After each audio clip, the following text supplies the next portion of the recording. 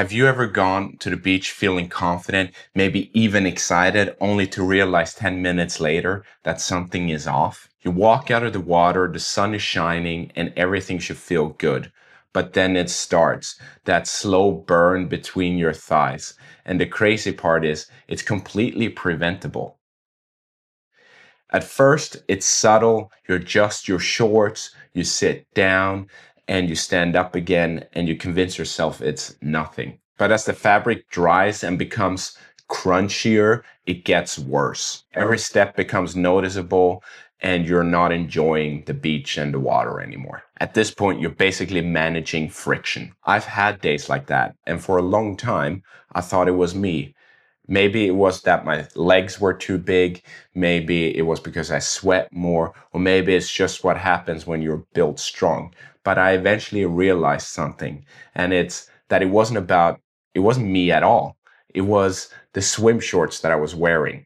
They were not made for a person like me. Most swim shorts are not built for men with big legs. Instead, they're built for guys with thinner legs and those models that you see online or in magazines. Let me start with the biggest offender, mesh liner. This little thing here ruins everything, this little net. In the store, when you try them, they feel harmless, they feel light, breathable, and safe. But once you get wet and start moving around, that soft mesh liner doesn't feel that good anymore. Your thighs touch, and then you have that mesh liner rubbing in between your legs, just irritating your skin. And it's starting to become really annoying. You're walking, you're standing, shifting weight, trying to do anything to become more comfortable and to stop the burn and the chafe. The second major issue is stretch. So the fabric doesn't move with you. When you walk or run, the fabric of your swim shorts resists that movement. I don't know how many times I've played soccer on the beach or football or volleyball or something like that. And I run and make massive strides. And then I realized that I completely ripped apart my swim shorts in between the legs because they have absolutely no stretch whatsoever. And now you have not just chafing, but also resistance in the swim shorts. And this leads to something that I call a friction equation, which is contact plus resistance plus moisture creates irritation. And I never thought that I'd be the creator of an equation, but here I am. So contact is basically your chafing, the thighs rubbing together with the fabric, the mesh liner. Resistance is the stiff fabric that doesn't stretch, and moisture is the sweat and the water. And removing one of those variables reduces friction, but keeping all three just creates a massive friction and chafing machine. So why are most swim shorts built like this? It's not about attacking brands, it's about incentives. If you're designing for millions of people, that usually means that you optimize for cost and simplicity, and that then usually means that you create a product for the average person. Stretch fabric costs more and liners require more development, while it's easier to just use traditional woven fabric and mesh liners. And for many people, it works great. But if you have big legs or you want comfort, then those swim shorts usually don't work that well. And I know that because I've tested swim shorts like these, and I've tried many different brands over the years and tested several different things.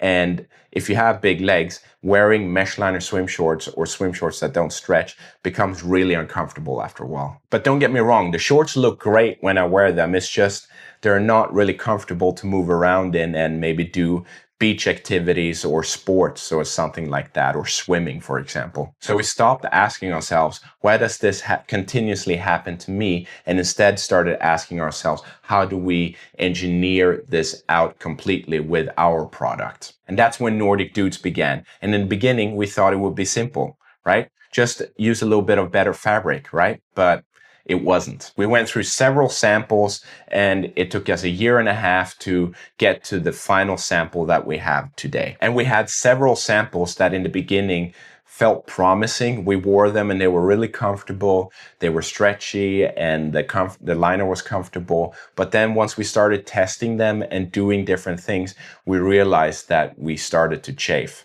And that's when we also realized, okay, we need to make adjustments. We even had one version of a sample that was super comfortable when we put on the swim shorts.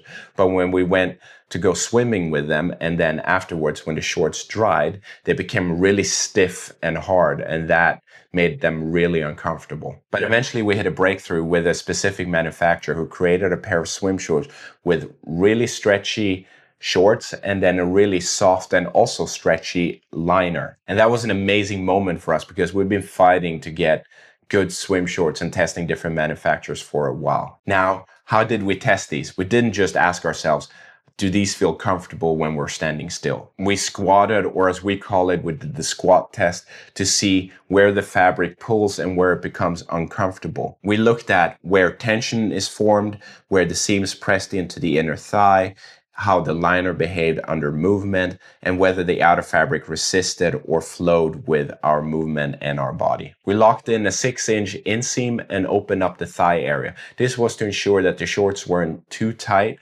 and were not too loose either, because we're making the shorts for guys with big legs, so we definitely want to make sure they're not too tight. Based on our tests and our own experience, here's what we realized.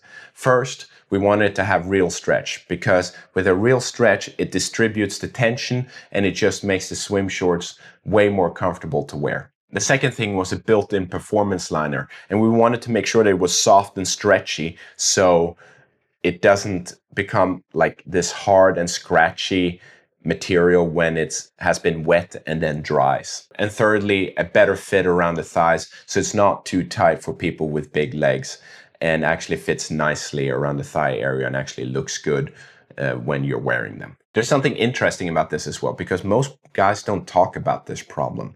It's not like you show up somewhere and then tell your guy friends about the fact that you're chafing or that your swim shorts are uncomfortable. But me and my brother know that there are guys and men out there with big legs who chafe and never talk about it. So that's what we're doing here. We're trying to build shorts for these guys. And once you've tried swim shorts that move with you, you never want to go back to uncomfortable swim shorts ever again. We spent 1.5 years testing and trying different swim shorts to come up with the best possible solution for this. So when they actually hit the market, we want to make sure that they work. If this helped you understand why chafing keeps happening, please subscribe. And if you want to be part of the first drop, you can join our email list at nordicdudes.com or click the first link down in the description. If your thighs chafe, stop settling for good enough and demand the best possible shorts you can get.